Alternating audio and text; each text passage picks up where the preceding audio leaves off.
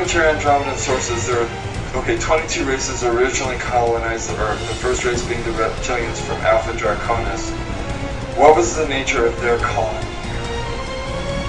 Well, they're Hyperborean. Basically, they're explorers. And they're also genetic engineers. They would just colonize. They would take samples. They would hang a flag and say, this belongs to us, just like we did with the moon. Except we weren't the first ones there. Exactly what we've done. They were explorers. And they would just go to a place, they would see what was there, they would explore it, if there were minerals that they needed, if there were other life forms, organisms, whatever it was that they needed, they took, and then when it was done, they had enough, they moved on, and just kept exploring and expanding their realm of exploration or territory. And you said they were dumped here. Originally they were. They were dumped in Alpha Draconis. Nobody knows exactly where they came from, and my understanding is that even in their ancient history, they don't know exactly where they came from. But they were left in Alpha Draconis because that particular system offered them the highest probability of survival. And from there, they were able to create craft, space travel. I mean, they're magnificent in what they did, and they're to be commended for what they did. But the fact that they need to control and dominate and manipulate to the degree, sorry, I have a problem with that. And so does half of the other of the galaxy. That's just the way they are. They're the biggest bully. Nobody can beat them up or wipe them out, so therefore they have no motivation to change. So that's the space they hold. And the Andromedans actually consider them the ultimate warriors. Because we need to be free. We need to have our shackles that we've been put around us let go of, so that we can really evolve. And we have awesome potential. We really do. We have been, as a race, we have been through so much here. We have so much experiences, and because of our emotions, which is really our strength, which really sets us apart from all the other races out there, even the other human races. We have tremendous capabilities to create things. And, but we need to get clear of what's real and what isn't. We also need to get really clear about being able to create our own future, to create our own reality, and not have somebody say, well, that doesn't work for me, so you're going to have to do this. Play God and ruler over us. Andromedans tell you that the Alpha Draconians are here now. Where? There are 1,833 of them that have been living underground between 100 and 200 miles beneath the surface. They've been here, some of them have been here a long, long time. They have lifespans that are thousands of years. They're carnivorous. They are not friendly to mankind, at least the ones that are here. Are you saying carnivorous, they eat humans? Yes. And they won't eat a dead human. It has to be alive at the time of the killing. Their preference is children. And we've been told you shouldn't talk about that. There are other people say, well, you better not talk about the reptilians. Well, bull. Why not? According to the Andromedans, they're responsible for 31,712 children disappearing in the last 25 years from the United States. These children were food. And I'm supposed to just shut up and not say anything about it because people don't want to hear it? That's tough. That's tough. Westchester County, in the last 5 years, 3,000 children in Westchester County, New York, have vanished without a trace. Where are they going? Why are we allowing this to happen? And why should people want to stay in denial about it? Now, how are they able to do this? How are they able to do it? How are they able to come up out of this from underground and do it, or do they have? There are tunneling systems everywhere.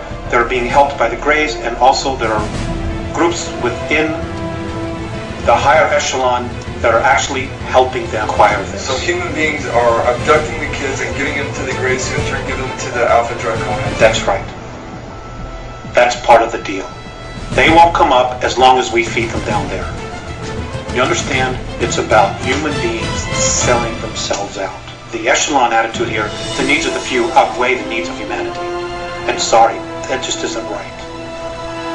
Aside from the carnivorous aspect to the Alpha Draconians, why else are they dangerous to humanity? Because they don't like us. And what are they willing to do with humanity? eat us. Physical characteristics of the alpha draconians, what do they look like? They're ugly. I mean, they think we're ugly too. You know, and I guess it's all a matter of perspective and belief system. In my belief system, and I'm only taking responsibility for me, they're ugly. They're anywhere from 7 to 22 feet tall. They can weigh up to 1,800 pounds. They're reptilian.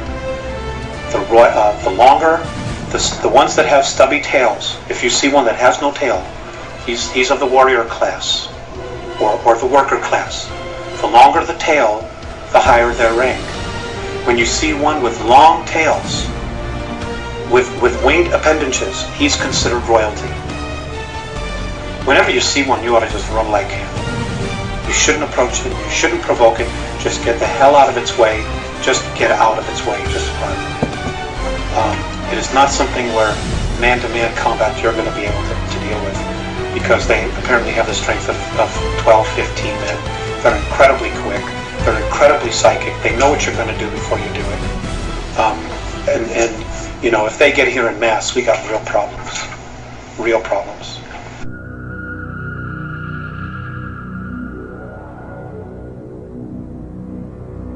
Could you describe the human military bases on the dark side of the moon, Mars, and the Mars probes as related to by the Andromedans, and how the Alpha Draconians fit into this scenario?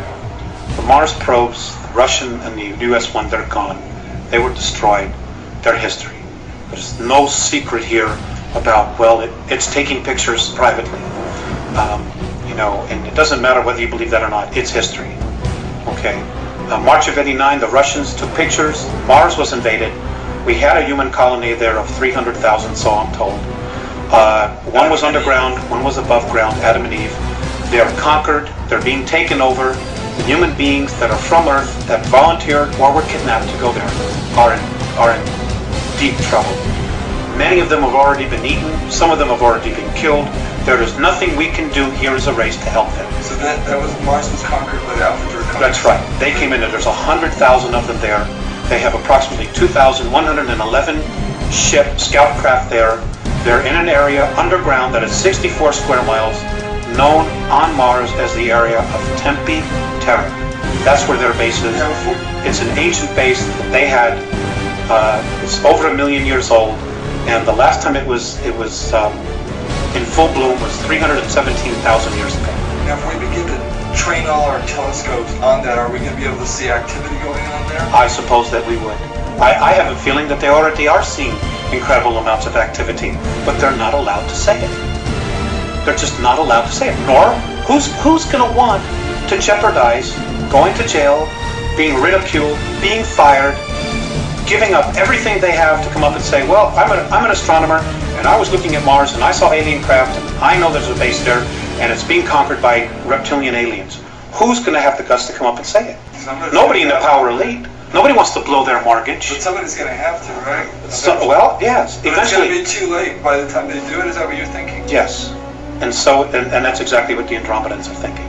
You see, you know, there are people probably saying, well, God, why don't they just come down and save us? There's a lot to that. Number one, if we're rescued, we don't permanently evolve ourselves. Number two, we won't take responsibility. If something goes wrong, we can always blame it on them.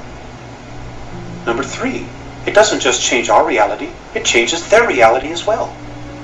Number four, the Andromedans and most of the other benevolent races, they don't want to have to come down here and babysit us. That's not their job. It's not their job at all.